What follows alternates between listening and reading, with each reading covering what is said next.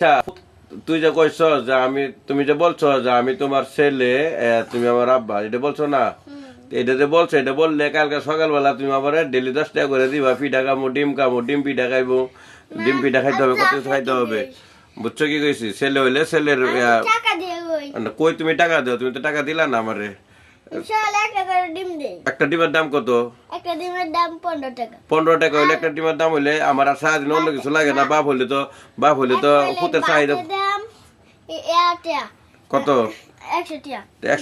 100 টাকা যদি এক প্লেট ভাতের দাম তাহলে খালি গেম ভাত খাই, আমার লাগে কি অন্য কিছু ভাতের লাগে অন্য কিছু লাগতো না আমার। আমি চিপস খাইবা, চকলেট খামু, কেক খামু, এটি দিব কেটা? বাপ হইলে তো বাপের দায়িত্ব পালন করুন লাগে নাকি? তার কি আমি পালন করব না।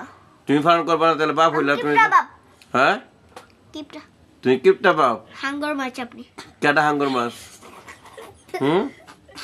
আমি বেশি খাই এর লাগে হাঙ্গর মাছ কস নাকি? হ্যাঁ এটা কোন কথা? হ্যাঁ হুম হুম